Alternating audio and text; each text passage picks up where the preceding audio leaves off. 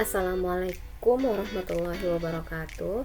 Saya Yeli Martaliza, mahasiswa program studi Magister Pendidikan Dasar Universitas Askia.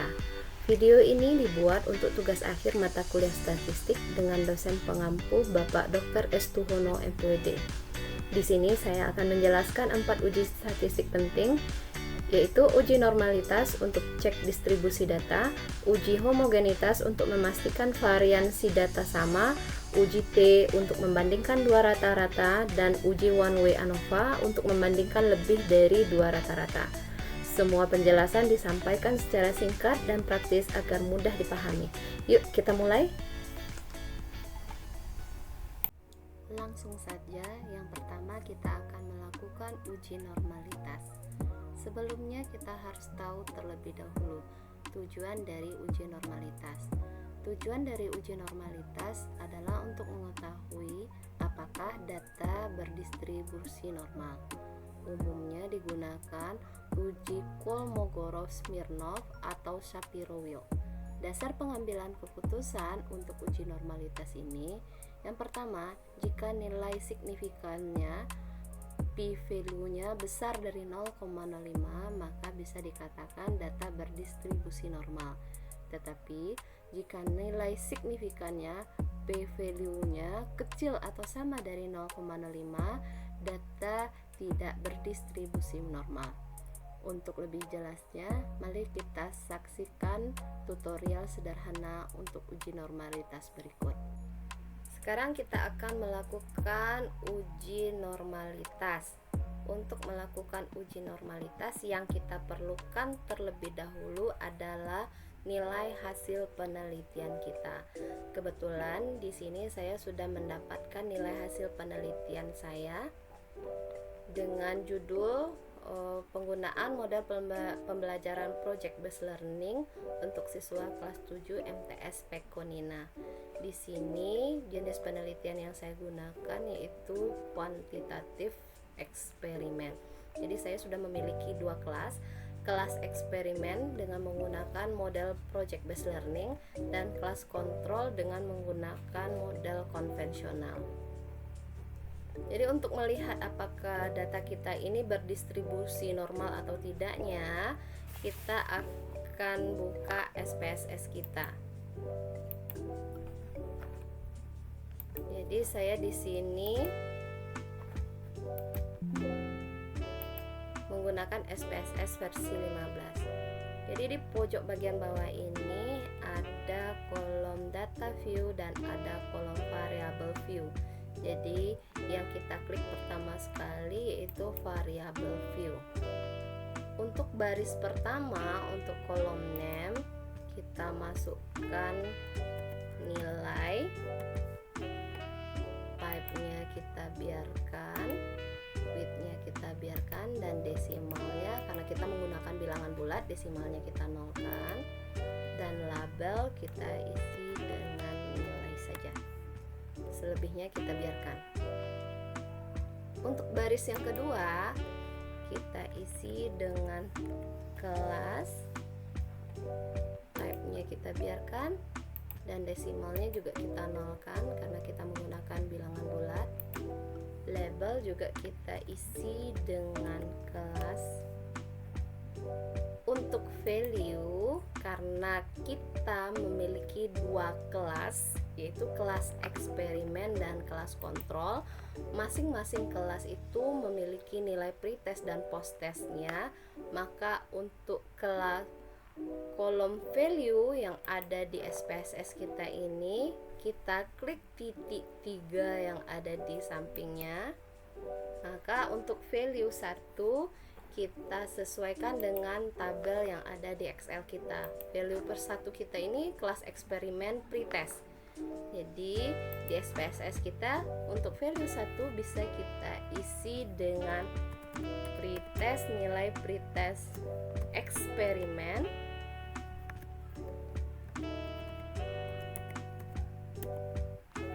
Kita add. Untuk value kedua kita isi dengan post test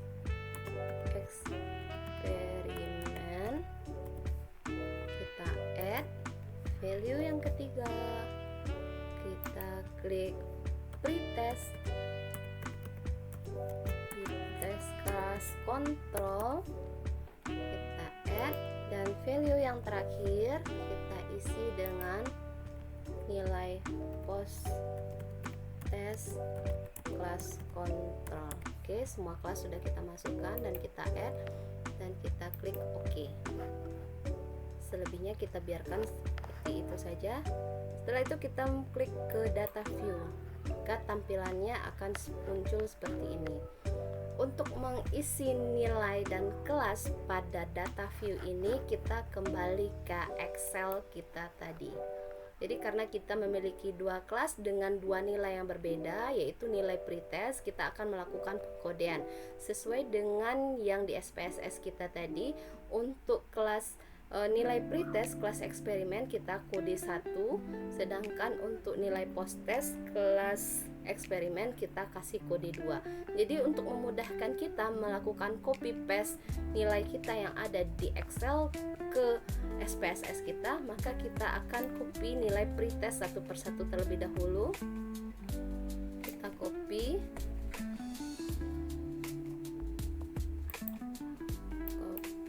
kita paste di sini dan kita kasih kode 1. Kode 1 ini menandakan bahwa nilai yang kita copy barusan itu milik pretest kelas eksperimen. Setelah itu kita copy nilai post test kelas eksperimen yang kita kasih kode 2, kita paste di bagian bawahnya. Jangan lupa kode 2 yang menandakan kalau ini adalah nilai post test kelas eksperimen. Yang ketiga, nilai pretest kelas kontrol. Kita copy ke bawah. Kita kasih kode 3.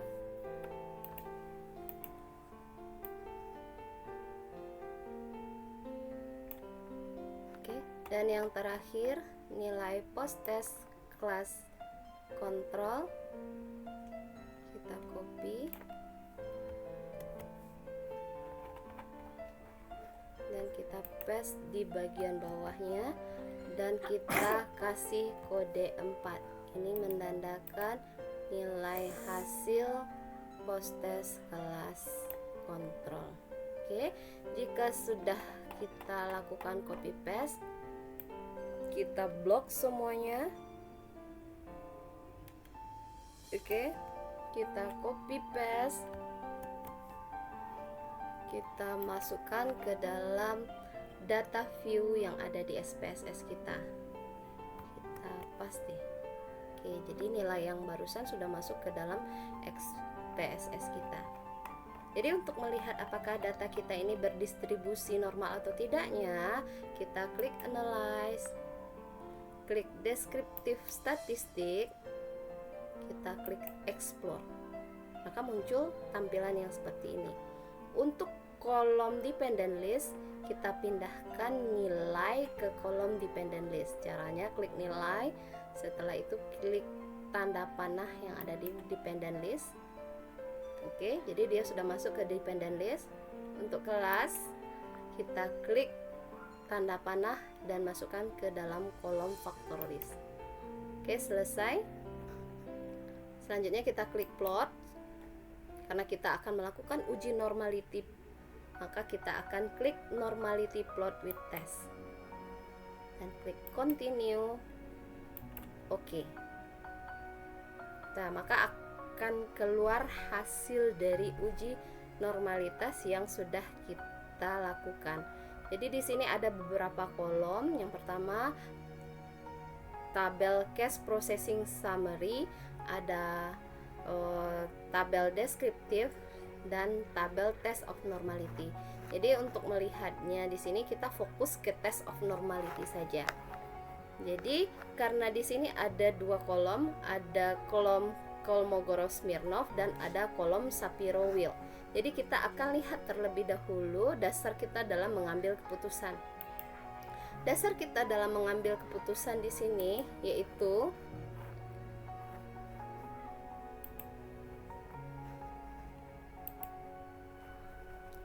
dasar pengambilan keputusan, jika nilai signifikansinya besar dari 0,05 maka data kita bisa dikatakan berdistribusi normal.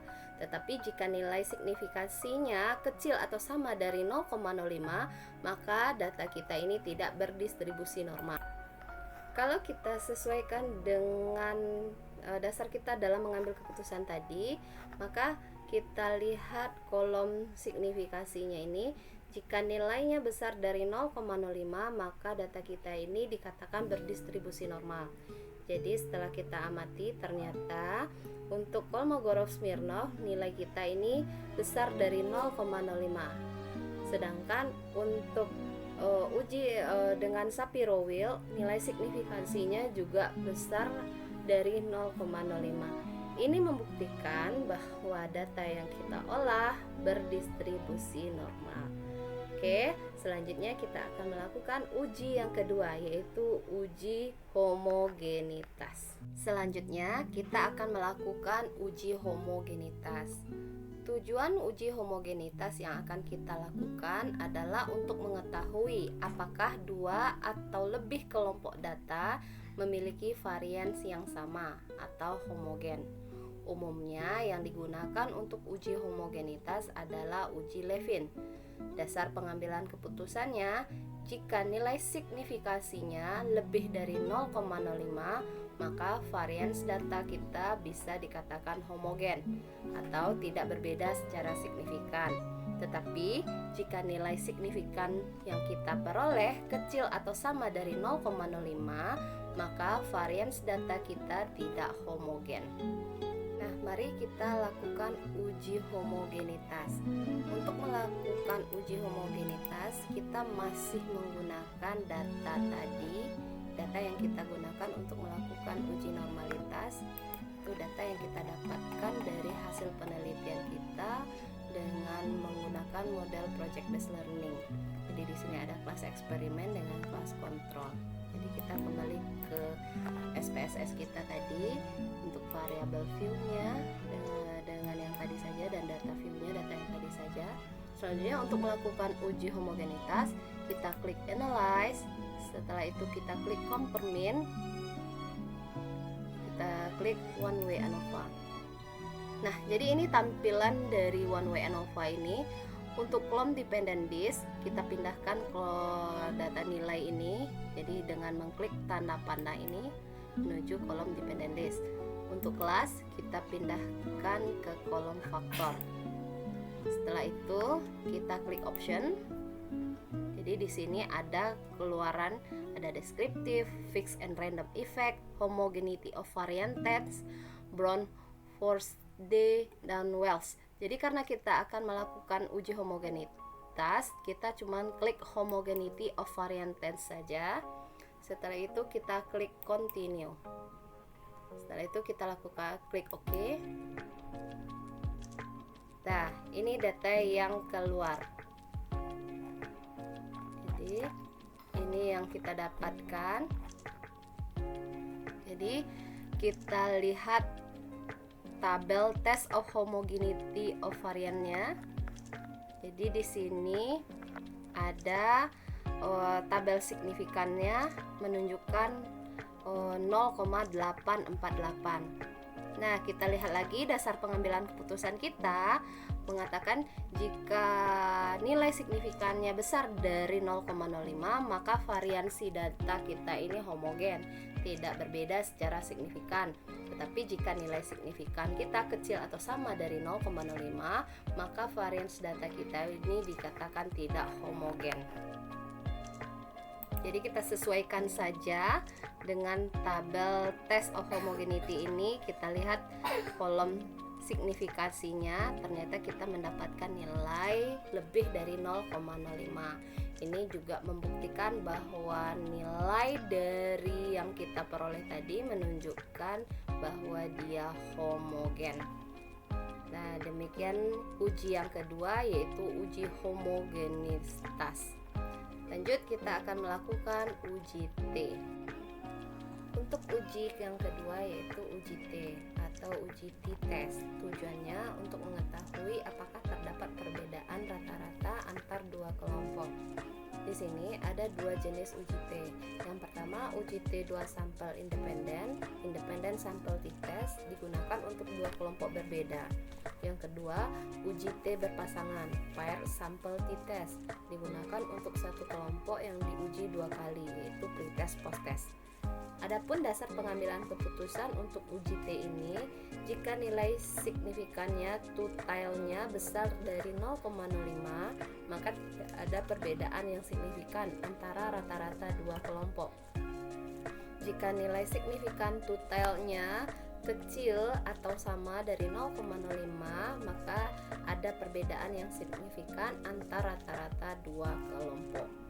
Nah, selanjutnya kita akan melakukan uji coba t-test ini. Nah, sekarang kita akan melakukan uji coba uji T. Kita masih menggunakan data hasil penelitian kita tadi, yaitu hasil pretest post-test, kelas eksperimen, dan kelas kontrol. Jadi karena datanya sama dari awal sampai sekarang ini, maka SPSS-nya untuk variabel view-nya tidak kita otak-atik dan data view-nya tidak kita otak-atik. Kita langsung saja ke analyze. Setelah itu kita klik compare mean. Setelah itu kita klik independent sample t-test. Maka muncul tampilan yang seperti ini. Nah, sebelumnya untuk kolom ini ada kolom nilai dan kolom kelas. Untuk kolom nilai ini kita pindahkan ke tes variabel. Jadi kita klik panah ke tes variabel, dan untuk kelas kita pindahkan ke grouping variabel. Oke, setelah itu kita klik define group. Setelah untuk define group ini, karena ada dua di sini, ada grup 1 dan grup 2. Untuk grup 1 kita kasih kode 1, dan untuk grup 2 kita kasih kode 2. Setelah itu kita klik continue dan kita klik OK. Maka keluarlah hasil dari independent sample t-test kita.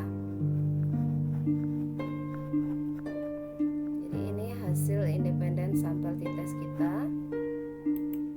Jadi di sini sudah dapat hasilnya, maka kita lihat tabel t-test untuk signifikasi totalnya. Jadi kita sesuaikan dengan dasar pengambilan keputusan kita. Kalau dasar pengambilan keputusan kita ini, jika nilai signifikannya totalnya besar dari 0,05, maka tidak ada perbedaan yang signifikan antara rata-rata dua kelompok.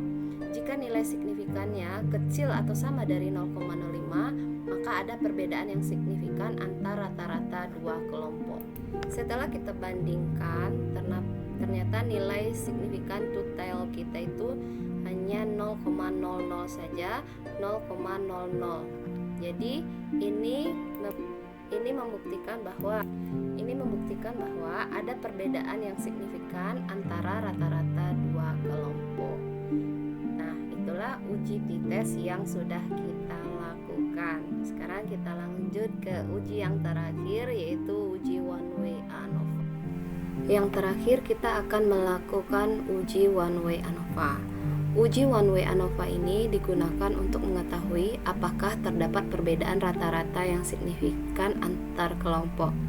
Adapun dasar pengambilan keputusan kriteria keputusan kita nantinya, jika p value kecil dari 0,05 maka HO ditolak.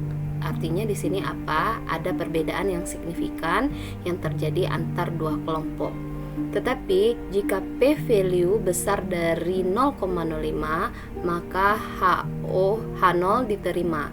Ini menandakan tidak ada perbedaan yang signifikan dari kelas yang sedang kita lakukan uji one way ANOVA. Untuk lebih lanjutnya kita akan buka ke Excel kita. Kita buka hasil penelitian kita yang sebelumnya, yaitu hasil penelitian dengan menggunakan model pembelajaran project based learning siswa kelas 7 MTSP Konina.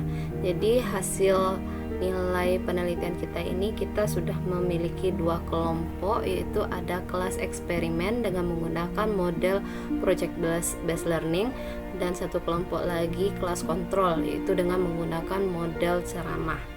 Variabel dalam penelitian ini kita fokuskan kepada post testnya saja, nilai post testnya saja. Jadi kita fokuskan ke nilai post testnya saja.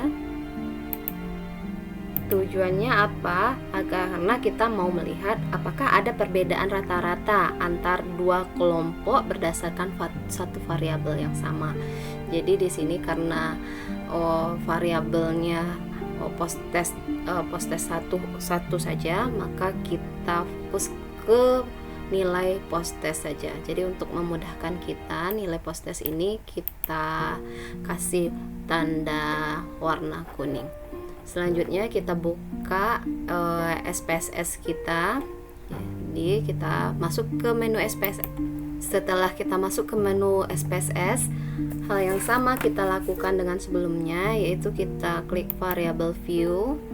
Untuk baris pertama, kolom name kita isi dengan nilai, type-nya kita biarkan, desimalnya kita nolkan karena kita konsisten dari awal tidak menggunakan bilangan berkoma. Dan untuk kolom label kita isi juga dengan nilai. Oke, cukup. Selanjutnya kita masuk ke baris yang kedua. Untuk baris yang kedua kita isi dengan kelas, desimalnya juga kita nolkan, labelnya kita tulis dengan kelas. Untuk value-nya, karena kita menggunakan 2 kelompok tadi ya, ada satu kelas eksperimen dan satu kelas kontrol, maka untuk memudahkan SPSS ini membaca kita, nantinya di value ini kita klik titik 3 yang ada di sebelah kiri. Setelah itu untuk value 1 kita isi labelnya dengan kelas eksperimen, kita add. Value 2 kita isi dengan kelas kontrol. Oke, kita add dan kita klik OK. Oke, selesai. Kita masuk ke data view. Jadi di sini penampilannya seperti ini. Kita kembali ke Excel kita. Untuk kelas eksperimen, seperti biasa kita akan melakukan pengkodean. Untuk nilai post test kelas eksperimen kita kasih kode 1. Jadi nilai post test ini kita copy,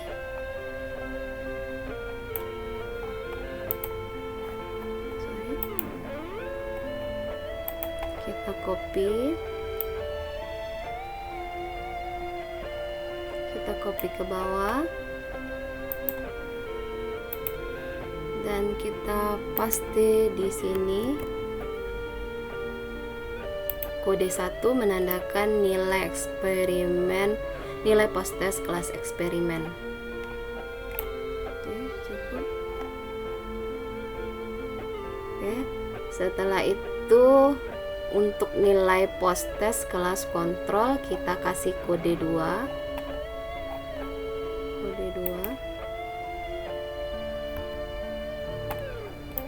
Setelah itu kita copy nilai post test.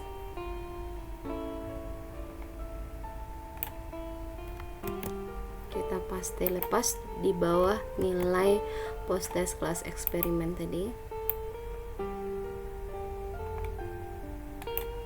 Oke, saya harap teman-teman di sini nggak ragu karena saya ada kesalahan tadi dalam melakukan copy paste ini. Seharusnya saya kopinya setentang dengan baris ketujuh ini, tapi ini nggak masalah karena ini data yang akan kita copy nantinya ke dalam SPSS kita.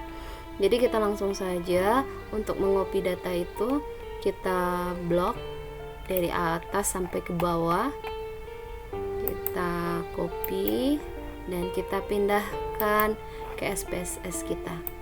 Kita klik paste. Oke, jadi sudah muncul. 1 menandakan nilai post test kelas eksperimen, dan 2 menandakan nilai post-test kelas kontrol. Yang perlu kita ketahui, untuk melakukan uji one way ANOVA ini, kita pastikan terlebih dahulu data kita ini sudah berdistribusi normal. Karena data kita dari awal sama, jadi kita langsung untuk melakukan uji one way ANOVA-nya dengan klik analyze. Setelah kita klik analyze, kita klik compare mean. Setelah itu kita klik one way ANOVA. Nah, muncul kolom seperti ini. Untuk dependent list, kita pindahkan nilai ini ke kolom dependent list, dan untuk kelas kita pindahkan ke dalam kolom faktor. Setelah itu kita klik option, kita centang descriptive dan homogeneity of variant test, karena salah satu syarat untuk melakukan uji one way ANOVA ini yaitu dengan melakukan uji homogeneity juga. Setelah kita centang 2, kita klik continue. Setelah itu kita klik OK. Nah, maka akan keluar hasil yang seperti ini. Jadi ada 3 tabel. Ini tabel deskriptifnya dan ini tabel homogenitinya. Tetapi kita fokusnya ke tabel ANOVA ini. Nah, jadi kita lihat kolom signifikansi ini. Sebelum kita ambil keputusan, kita akan buka terlebih dahulu dasar pengambilan keputusan kita. Jangan lupa dasar kita dalam mengambil keputusan yaitu jika P value kecil dari 0,05, maka kita akan menolak H0. Jadi di sini ada perbedaan yang signifikan antara kelas eksperimen dengan kelas kontrol. Tetapi jika P value-nya besar dari 0,05, maka H0 diterima. Itu artinya tidak ada perbedaan yang signifikan antara kelas kontrol dengan kelas eksperimen. Jadi berdasarkan kriteria keputusan inilah kita sesuaikan dengan hasil dari SPSS kita. Dari tabel ANOVA ini kita lihat bahwa hasil nilai ANOVA menunjukkan nilai signifikasinya sebesar 0,0000. Maka dapat disimpulkan bahwa terdapat perbedaan yang signifikan antara hasil post-test siswa di kelas eksperimen dengan menggunakan model project based learning dengan kelas kontrol, yaitu dengan menggunakan model ceramah. Nah, demikianlah 3 uji yang sudah saya lakukan. Semoga teman-teman dapat memahaminya.